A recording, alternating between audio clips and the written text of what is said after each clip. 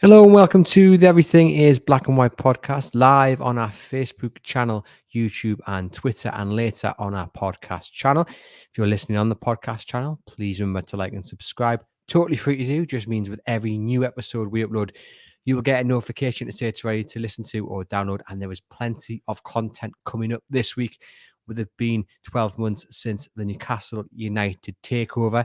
As for today, it's going to be a positive podcast, isn't it, Aaron? We come into this episode on the back of Newcastle United finally picking up their second win. I'm sure you guys are well aware, and you've probably, like me, watched that Miguel Almiron volley on repeat.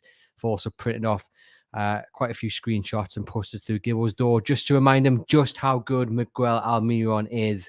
I guess, Aaron, look, Newcastle win 4-1. Great performance across the field from nearly everybody, if not all involved. Yes, they were helped by the red card, but let's start with that strike from Miguel Almiron, a thing of absolute beauty. Yeah, an absolute glorious goal, and I think one that the Miguel Almiron fan club could celebrate. The likes of yourself being the chief member of it. But yeah, look, absolutely fantastic goal, and I feel like he's listened to the podcast. I feel like he's listened to us, and he's listened to myself in the last couple of weeks, slagging him off for not using his right foot, and he's just done that with his left foot and thought, "That's for you, Aaron. I don't need to use my right foot when I can do that." But look, fantastic goal. To cap off a fantastic all-round performance from him and the team. Yeah, just absolutely glorious, and long may it continue. We've said this so many times with Miggy over the last couple of months. Can he now kick on?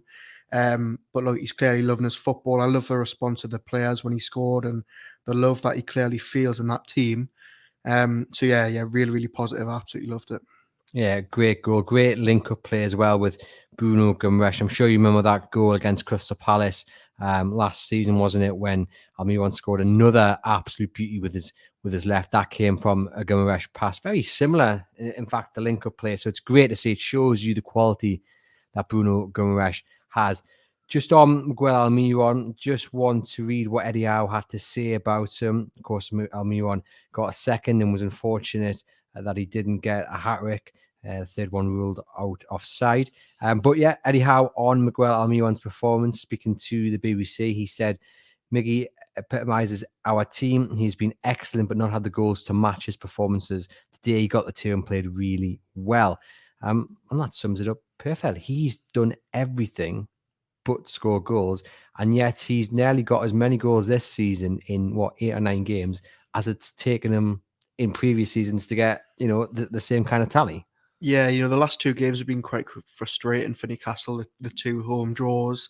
And a lot of the criticism was directed at the fact, Miggy and Fraser weren't doing enough in front of goal. And, there was that lack of killer instinct. And look, he showed it on Saturday in absolute heaps.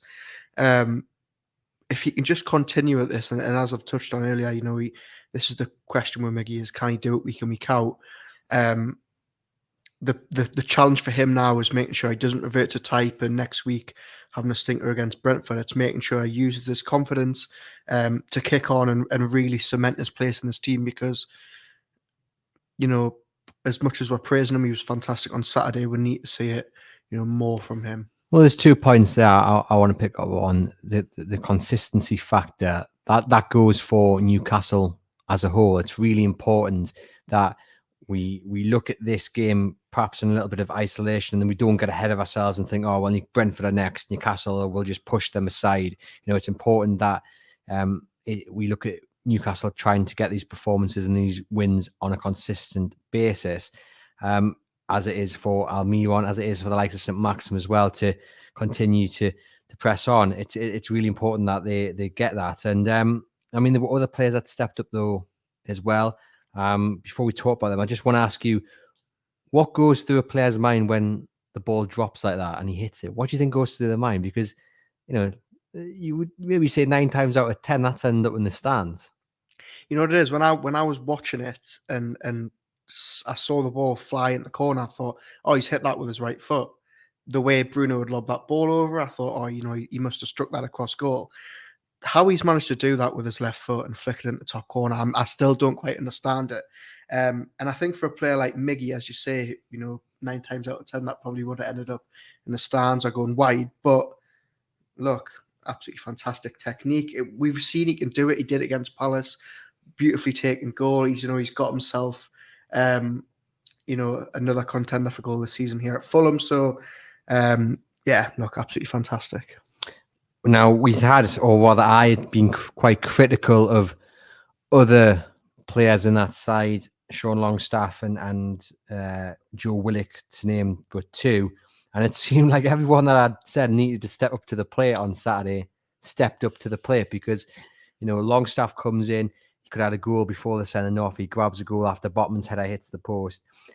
And then you've got Joe Willock, and it's that performance where you go, that's why Newcastle paid all that money. But again, it goes back to what we've just said about Almiron and what we've just said about Newcastle. It's about consistency and just keeping things on the ground. That's one performance out of the last 10, 11, 12, where he stepped up and showed why he's worth all that money. We need to see more of that from Joe Willock, because 2 assists, he could have had a goal himself if Wilson hadn't nicked it off him. He was brilliant.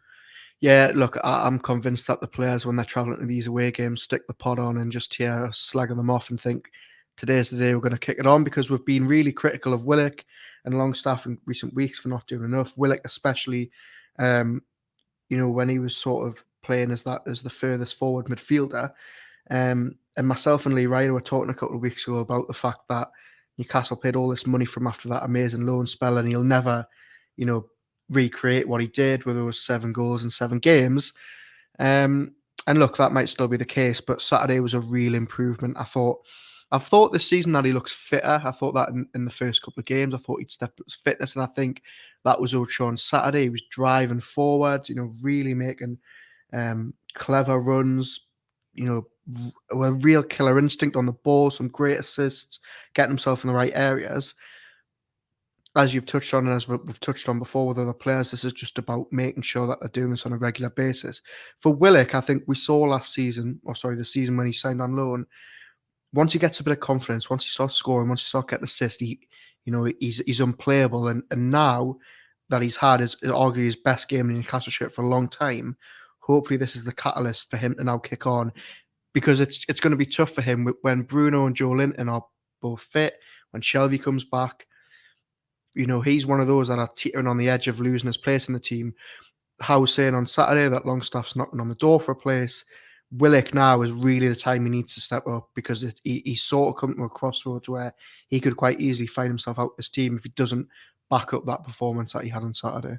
What I liked about his performance, there was drive, and there was enthusiasm, and there was a desire to go forward, to create things, and we haven't seen that from him in a very long time. And everything seemed to click from whereas against Bournemouth, the ball was just bouncing off him. Here, it was seemingly sticking to him, and he was picking the passes. He was following on as well, which we haven't seen from him too often. That's why Newcastle paid all that money, because when he first came to Newcastle and scored all those goals, he was picking the ball, he was passing it, and then he was running into the box. And that's, the defenders couldn't handle it, because he was late arriving, he was getting these goals. And we, be good to see him get on the score sheet in the next couple of weeks. But I think they're just a little bit of a reminder of what he can do and why maybe Eddie Howe's sticking with him. But again, goes back to that key word, doesn't it, of consistency. A lot of love for Almiron in the comments from our viewers who are watching live. We've got Sean here saying class from both Miggy and Bruno. They link up together, they know how to play off each other, and a good result to hit Newcastle up to 7th. We mentioned there Longstaff, he'll be well aware that there's John Joe Shelby's nearing a return, and Eddie Howe really does seem to like John Joe Shelby. You had Joe Linton yesterday, didn't start because Eddie Howe wanted to protect him from the injury he'd picked up after the Bournemouth game, or during the Bournemouth game. So a lot of options for Eddie Howe in that midfield role, and also probably still the need, despite this great result, to go out in January and probably upgrade slightly as well. Yeah, I think so. And I think this is where it falls on the likes of Willock to say, you don't need to go and buy James Maddison because I'm going to have an absolute stormer. This is up to Longstaff and Shelby to say you don't need to buy a deep playing midfielder because we can do the job. So look, there'll be that internal pressure. Players know that January's coming up, and the media, whip up the speculation about where they need to sign players, where they don't. But look, yeah, when they're all fit, I think there is depth there, great depth. Longstaff on his day is so good. We saw it on Saturday. We saw it against Arsenal and Burnley towards the back end of last season. It's just making But sure this that is the key, though, isn't it? And look, we said it was going to be positive podcast, and it is, and it will continue to be. But I think that's the difference between having a top level Premier League midfielder, someone like Bruno, for example, where it's 1 in 10 games are bad games. Whereas with the likes of maybe Sean Longstaff, with the likes of Joe Willock, it's the other way around. It's 1 in every 10 games are good games. And that is the difference. And that's where if Newcastle want to reach the upper levels of the Premier League, if they want to be going for the top 8 and then top 6 and Champions League qualification, then that is the difference. It is someone who is consistently performing at a high level. And then even on a bad day, it's still better than the average Premier League player. So I think it's really important that we keep grounded and we don't, start, saying we've got a future England national here in Longstaff, or, Willock could somehow surprise and maybe keep out X, Y, Z out of that England squad in the World Cup, because it's not going to be the case. It is positive that they've stepped up, but they're only as good as their last game. So against Brentford on Saturday, if they fall to type, then we'll be here on Monday saying, well, what happened? How can you go from such a brilliant performance against Fulham to such a poor one against Brentford? Yeah, 100%. And we're not obviously just sitting here saying that, look, they've had this amazing game at Fulham, and all of a sudden they're going to be, keeping the likes of Maddison and whatever out of the owner's plans. And I think, obviously, as you've just touched on there, as the standard grows and as Newcastle grow, eventually we'll see players like Willock becoming a fringe player and, being a good option off the bench. That's what teams do when they get, takeovers such as this. It's a gradual thing where your former key players become your fringe players. But I think for right now, I think for where Newcastle are now, how really rates both of them. I think other managers would have given up, especially on the likes of Sean Longstaff over the years. But for where Newcastle are now, for games like that, for opposition like that, the way they play, I think Willock and Longstaff, it was a good decision to keep Longstaff. And I think Willock, he's doing something right behind the scenes to keep, keeping Hansen out the team. He's starting pretty much every game under Howe. So as we said, and it's just feel like this is going to be the title of the podcast, just consistency. It's just making sure that they do that, in the next couple of weeks. I think what gives Newcastle an added boost is that you did have Almiron scoring 2. You had Sean Longstaff getting a goal as well. Players who have criticisms aimed at them, and one of them is they don't score enough goals. So to get them both on the score sheet with Brentford next up, a team that, are doing quite well this season, but one you'd hope Newcastle would fancy themselves against at St James's Park, that sets that ball rolling. And same with Joe Willock getting a couple of assists, because that was a big criticism of his game, was where are his assists, where are his goals? Okay, he didn't get on the score sheet, but he obviously nearly did.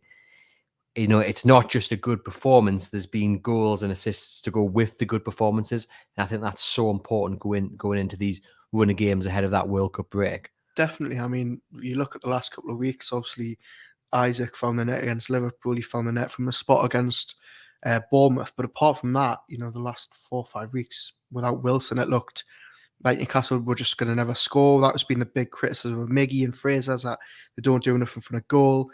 Bruno, obviously, last season had goals from midfield, but we haven't really seen that on a consistent basis from, as you say, Willock, from Joe and from Longstaff, which is why, the rumours will keep circulating about them going out and buying a goal-scoring 10 like Maddison and other players.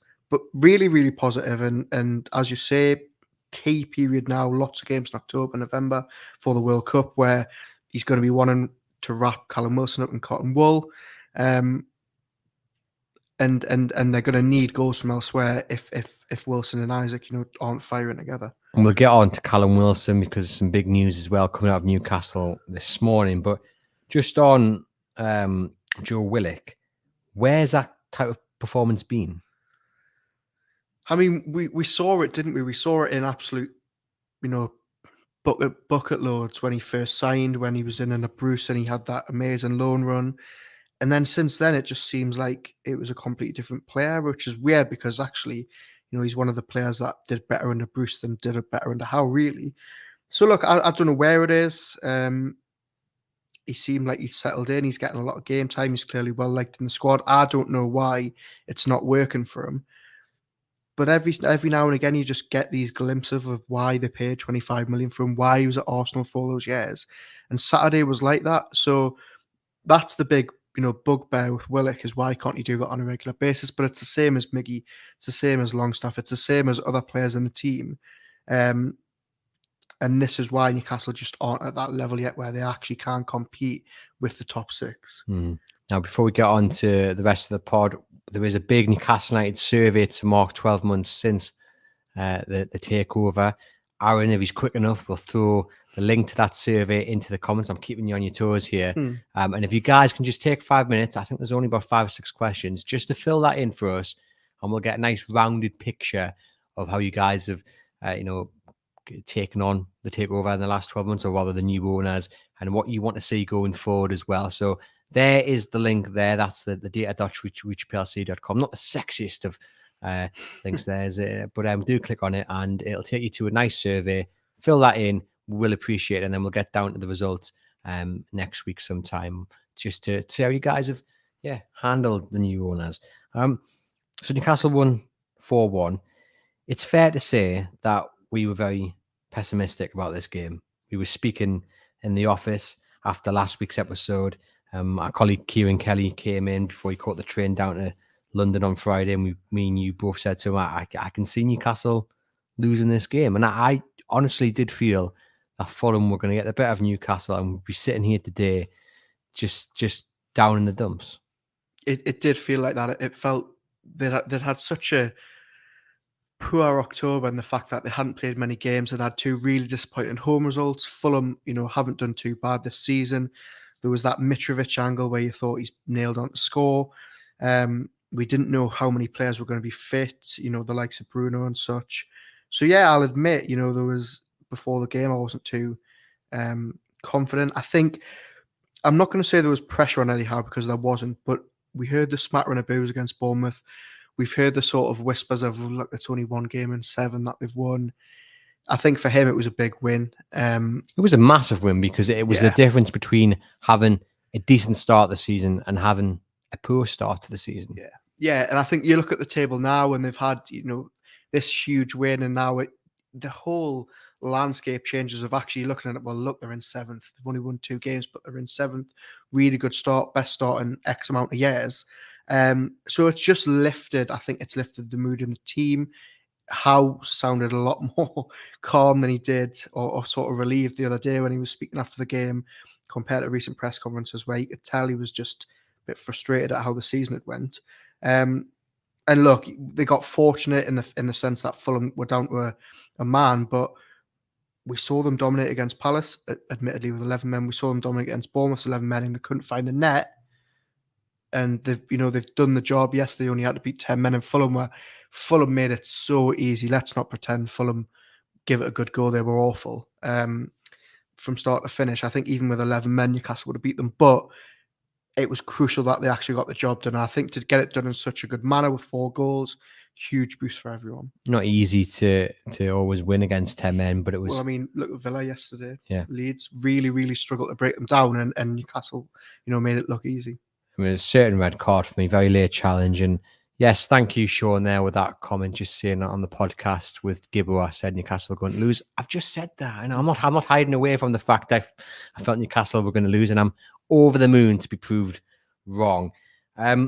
It was, though. I think it was a must win, because I think the balance was there between it being a good start and a poor start. Now, the starting 11 made for interesting reading. Botman back in, Target on the bench, bin in as well.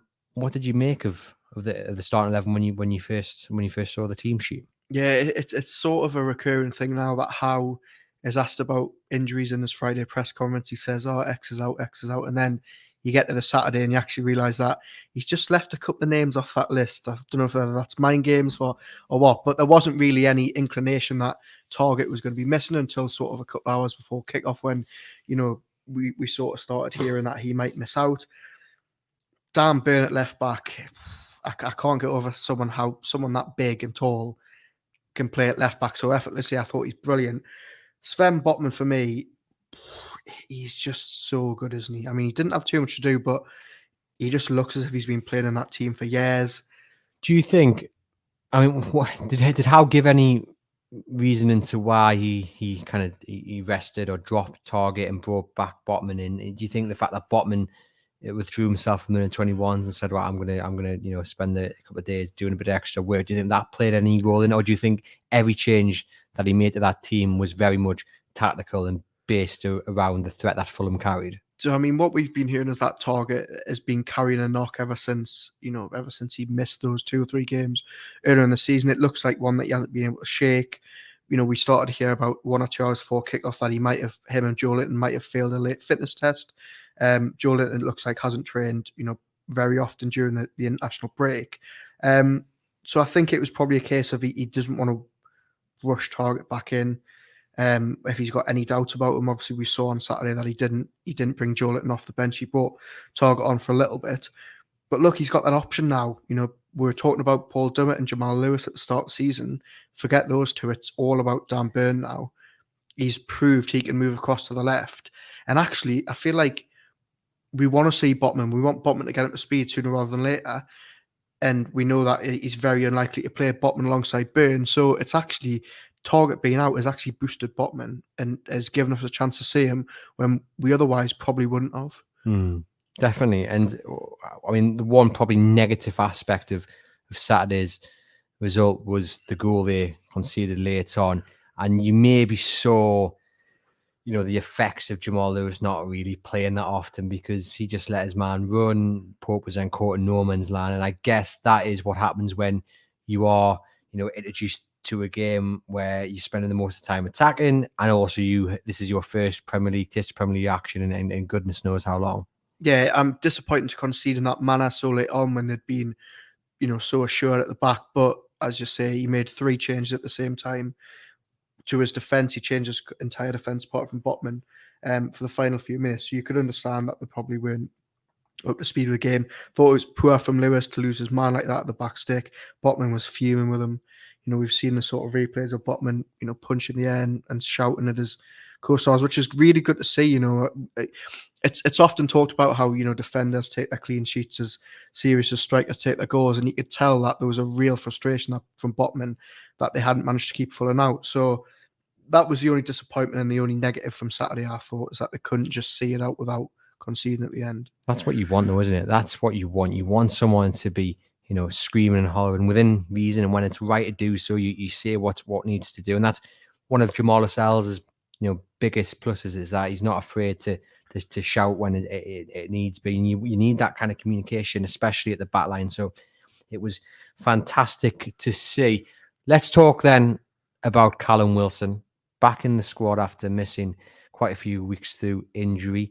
He was probably ready to feature against Bournemouth, but a late call was made just to save his legs and get him ready for this game. And he gets a goal. Same old Callum Wilson, always scoring.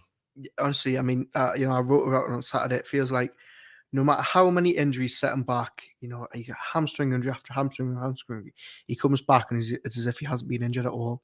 I mean, he took 12 minutes to get on the score sheet the other day after missing 4 games. I mean, he's just unbelievable. We praise him every week on this podcast, rightly, because he already ranks among the best strikers we've had in recent years, and he's been so blighted by injuries. It's such a wonder that he is held in such high regard. But fantastic striker. He makes his team look so much better when he's in it.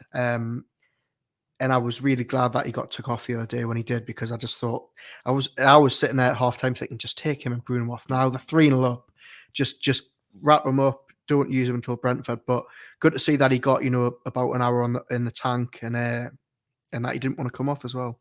A real clinical touch. His goal sort of reminded me of the goal that Joe Linton didn't score, and I can't for the life of us remember who it was. I think it was in a cup game. There was an effort towards the back post, and Joe Linton needed just to kind of touch it in, but he let it go. Rochdale? Was it Rochdale, maybe? Sure, maybe? There was one instance when Joe Linton was being used as a striker. I remember those days. And he just didn't want to get on the edge of it, and maybe hit the post and came back out. But if he touched it in, it would have gone in. And that's what you've got there with Callum Wilson. That probably was ending up in the back of the net, but he's just made sure, because that's what the best strikers do. They're not going to pass up an opportunity like that, are they? Oh, 100%. And I mean, if we know Callum Wilson, he loves nothing more than scoring goals. That's what we're missing. He's ruthless in front of goal. Maybe that's what we haven't seen from Isak so far, even though he scored 2 goals. It's just that different player, different styles. Yeah. Though. And I just think Callum Wilson is just, if he's anything, he's just a finisher. That's like, he's just put him in front of goal, he'll score. And I'm just not sure we've seen that from Isak yet. But this is what I mean. Wilson is just such a credit to have. And obviously we've heard today that, he has triggered a new deal at the club over the summer. Is that a risk? Now, I get what you're saying. He is fantastic. And when he's fit, there are a few better strikers than him in the Premier League. But I think we could well be sitting here in, just before the World Cup even perhaps, and be saying, he's picked up another injury. He's out.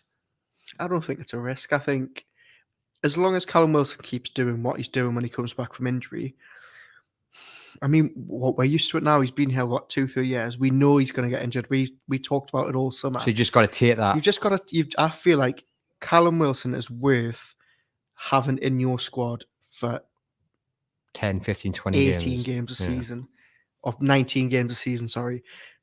Knowing that he's full well going to miss the other half, but he's still going to get you double figures every season. He'll hit double figures this season, touch wood. But then, and he'll miss more games than he plays. But this is why Isak was so crucial. We talked about it all summer, even at the start of the season. They needed an out-and-out striker who was as good, if not better than Wilson, so that when he misses out, Isak's there. But the issue is, and sorry to go over old ground, is that when Callum Wilson's not there, Eddie Howe is 100% sticking to the formation that benefits Callum Wilson. So yesterday, you could say, he's been justified for doing that for the last few weeks because Callum Wilson slipped straight back in. But then if Callum Wilson is missing, 4 or 5 weeks every 2 or 3 months of the season, then and you're playing a striker, either Chris Wood or Isak, they don't look suited to that formation, then at some point you either have to sacrifice Callum Wilson or you have to sacrifice the formation and just say, when Callum's fit, we'll see what's working. We may bring that formation back, because to get the best out of Chris Wood, you need to get them balls in the box. And I think to get the best out of Isak, you have to play a different formation where it's not necessarily running the channels. Because I don't think he showed that he could do that too well in the games he's featured in. I think Chris Wood, I completely get your point. We've seen it doesn't work with him, and Howe's reluctance to change that system has probably, been at a detriment to Chris Wood. But I think with Isak, he's still very raw. He's just came to England. And I think Eddie Howe keeps stressing in our, press conference with him that he's still learning how to play the team, and the team are still learning how to play with Isak. So I think over time he might be able to fit in this system, and I think it works. Everybody else, it works with the midfield three, the midfielders we've got. It works with Maxi when he's fit. It works with Miggy on days like Saturday, and Trippier as well. I think this system works, so I'm not too against him changing it. I do completely get your point, but I just think we need a little bit more time to see Isak.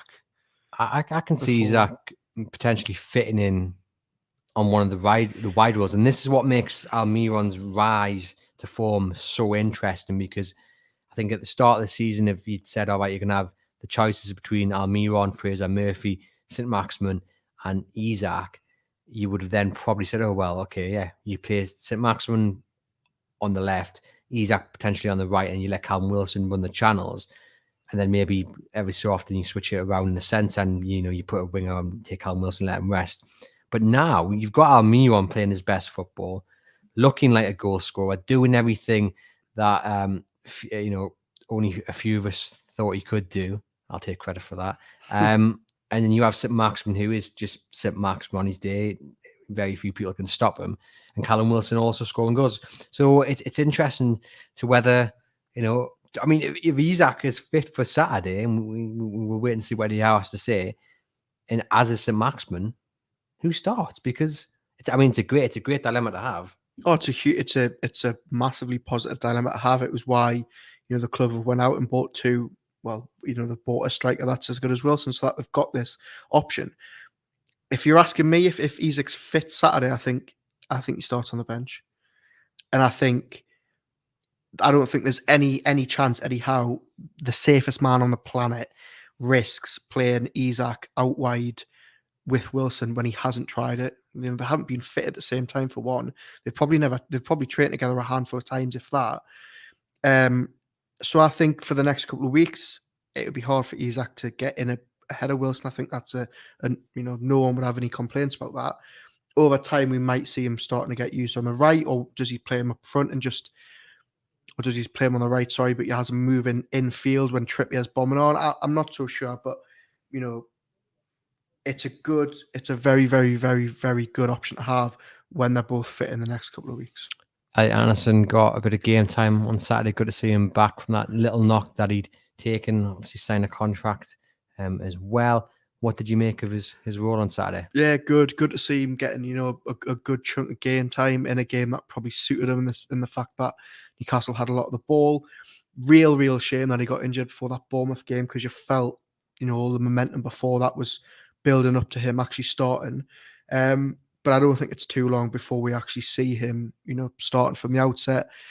Maybe not against Brentford, but I think definitely before the World Cup, we'll see him, thrown in from the start, either in that midfield three or down one of the flanks. But yeah, look, he hasn't put a foot wrong all season, and I thought it was the same on Saturday as well. So let's just go back to Eddie Howe. This is what he had to say to BBC Sport after the game. It's been a long time coming. We had a long wait for the second win of the season. Right from the start, we had a good feeling with good energy, created chances early on. The red card made it easier, but I'm very pleased with the players' response, their attitude. We wanted more. We weren't happy with what we had, and we were always trying to score. It's been difficult 2 weeks. Obviously, we've had an international break with players going away, but we've also had a bit of illness in the camp. So it's been a mixed 2 weeks, but it didn't show in our performance. And I guess the important bit there for me is about the attitude and always wanting more, always wanting just to better yourself. And that's the bedrock. That's the foundation of this Eddie Howe Newcastle side. Yeah, he's stressed, the exact same thing from the minute he got there, and that the club don't rest on their laurels. They're always trying to strive to get better, strive to improve. And yes, there'll be a massive release. There'll be a relief. There'll be a massive wave of positivity across the side now that they've won after Saturday. But they won't rest on their laurels. It'll be kick on at Brentford. How can we make sure we get better, keep pushing up the table? But yeah, look, that's just Eddie Howe all over. He's been the same since day dot, and I think he'll be the exact same till the day he leaves management. We've got there Darren Lee Wells saying dropping Joe Linton, who's done nothing wrong, was a great move from Howe, as didn't upset the squad balance as they played Fulham off the park. I'm going to drop in a bit of a harsh word. Eddie Howe says he was protecting him because he's picked up injury. But let's say resting Joe Linton is just another example of Eddie Howe not being afraid to be ruthless, because as we've said before, there's not a chance previous managers were resting Botman. Not a chance.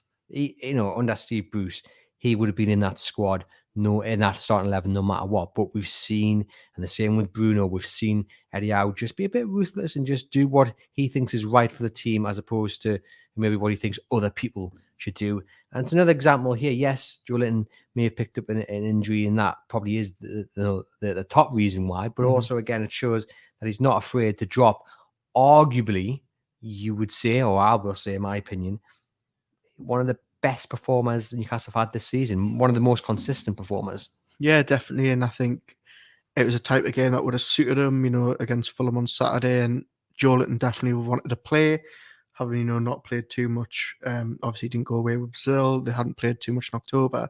He'll have been absolutely clamouring to play. But I thought it was very, very shrewd of him not to. Obviously, it proved to be a good decision in the sense that it allowed Willock and Longstaff to, really impress. But yeah, look, he's got options now, and he's not afraid to use them. As you say, he makes the tough calls. That's what he's paid for. And he doesn't mind upsetting a couple of players. Did Sean Longstaff do enough that on Saturday, potentially even with John Joe Shelby back in the mix as well, that he starts with Sean Longstaff, Joe Willock, and Bruno? Or again, do you think it goes game by game basis? I think he goes, if Joelinton's fit Saturday, I think he goes Joelinton and Bruno, Willock. Longstaff, as you said, is knocking on the door. Has done really well the last couple of weeks. Power really rates him, but I just think as soon as as soon as Joelinton's back fit, he goes back to Joelinton, Bruno, and Willock. I think that's a three that he likes at the minute. He showed that earlier this season. Shelvey coming back makes it interesting because you think once Shelvey's back up to speed, he would come back in. How there hasn't really been a period under how that he's left Shelvey out. It means Bruno can push forward, and it works for three of them with Joelinton. And this is where it's up to Willock and Longstaff to say, no, we need to be in there. I mean, I think we have missed Shelvey, and this is why I say you treat this win against Fulham, the scoreline, kind of in isolation. You treat it where you remain grounded, because you then look back at the Bournemouth game with the last 20 minutes. It was so just blah, wasn't it? It was, man. And I think it's going to be really interesting to see how they do against Brentford, who are now a decent Premier League outfit. It'll be 11 versus 11, you would think, unless someone gets stupidly sent off again. I mean, they did last season, didn't they, De Silva, with that tackle? So, it would have been really interesting to see the outcome had this been 11-on-11. I know for the first 8 minutes against Fulham, they did have their chances and they were looking like they wanted more, even before that red card. But it's always a risk to get too far ahead of yourself when you've been playing against 10 men for 80-odd minutes of the game. Yeah, I mean, look, we'll never know what the result would have been, but the first 8 minutes before the sending off, I thought Newcastle looked in control. The away end looked like it was one of the best in a long time, despite those rail strikes. They had a couple of chances even when it was 11v11. So, as I've said earlier, it was good to see them actually punish them after what's been happening the last couple of weeks. Brentford is a test. I'm just reading here, 8 games so far. They've only won 2, but scored 15 goals. But they've only won 1 in the last 5. So they're definitely beatable. I think St James's Park will be ready for a proper home game again after the international break and after what we sort of said was quite a subdued game against Bournemouth, given obviously the events that were leading up to it. I think St James's Park will be rocking Saturday. I think based off last week's performance, Newcastle will go into it confident, and they just need to hope that they can build on Fulham and not take a step back. Yeah, definitely. So I'm just going to point you again into the direction of that survey. If you could just take 5 minutes to fill it out. We have done here at Chronicle Towers. We've got, I'll just get Aaron to go through one of the questions, and it is the priority, for the new owners. What should be the next priority for the new owners is the question. And we give you multiple choice. And the multiple choice answers are improving and redeveloping St James's Park, moving to a new stadium, a new training ground, transfers, improving commercial business, developing the academy. So you're going to answer just that one. Hopefully you guys listening and watching will go and answer the other ones. But Aaron, what should the next priority for the owners be? Yeah, look, I think out of those options, I think for me it would be a new training ground. I think they've done very, very well to get so many changes made to Darsley Park in such a short period of time. Much needed improvements, but I think if Newcastle really want to go to that next level, they really need a new state-of-the-art training ground somewhere else in the city. And I think looking at some of those other options that we've given fans in this survey, I think transfers, you can't really say that they've put a foot wrong with transfers. I think they've already improved St James's Park to a new end, and I think moving to a new stadium is just completely out of the question at this point in time. So I think a new training ground is what I'd go for. But look, we're very, very keen to see what fans think about it. So yeah, please do fill out the survey. Yeah, we'll have a special podcast with Sam Mulliner from Newcastle Fans TV where he will go through all the questions in that survey. But we really want you guys to fill in the survey. A few comments here that we're getting in live on YouTube and Facebook. Truls Hagen Christian says Botman needs to be regular. He's better than Burn, in my opinion, although he likes Burn too. Darren agrees there with you, Aaron. He says it has to be a training ground as the current training ground is of League One standard. I have seen a few people claim that. On the away end that you mentioned there, the brilliant effort from Newcastle fans given the train strikes.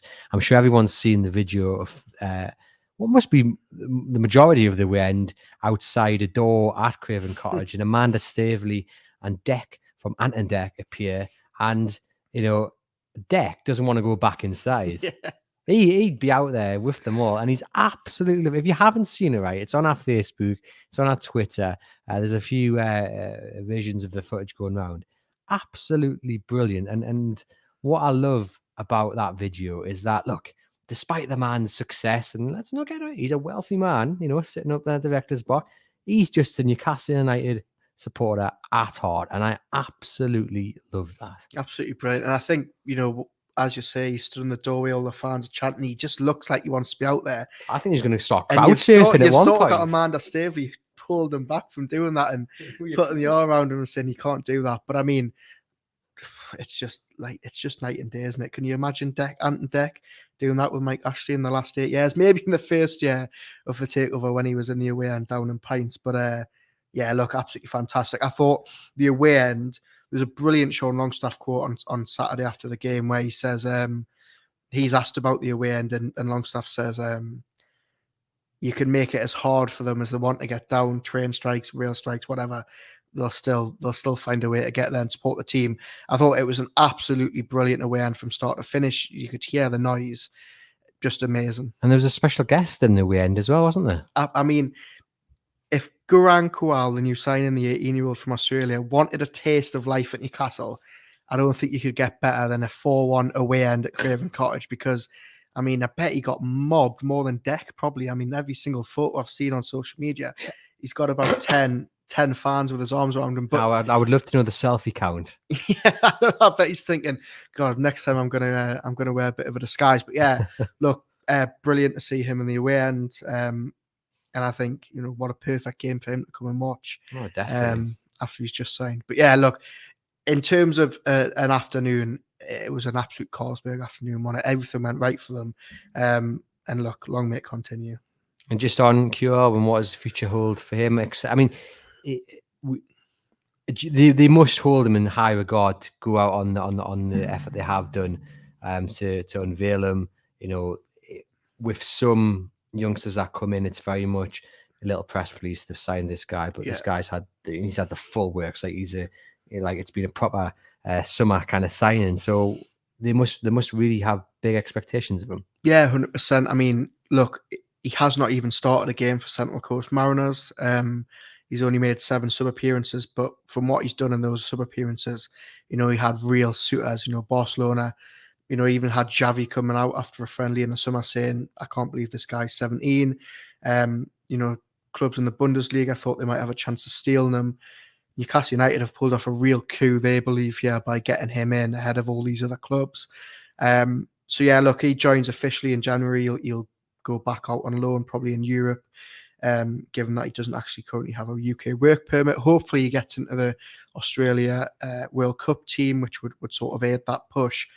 And then, yeah, look, he gets bedded in with all the others in the academy, but he really looks like one to watch in the years to come. I would like to know whose loyalty points he had, though, to get into that way. Yeah, I mean, like as you say, it's hard enough getting tickets as a diehard fan. I don't know how he's managed to sneak in there. So maybe he's used Deck's away ticket while he's in the boardroom. Fair play to the lad. Some great images, as Aaron says, of Kjell in the away end. Well, this has been Everything is Black and White podcast. Thank you very much for tuning in. Like I say, if you are on YouTube, please remember to hit that subscribe button. And if you're on the podcast channel, please like and follow.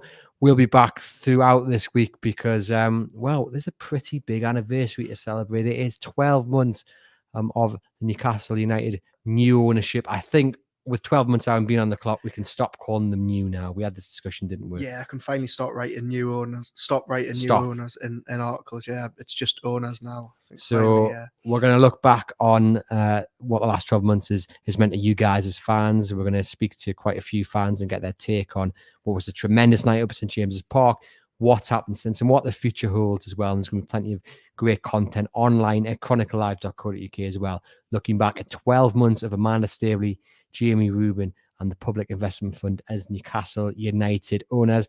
But for the meantime, thank you very much for tuning in. I've been Andrew Musgrove alongside Aaron Stokes. This has been the Everything is Black and White podcast.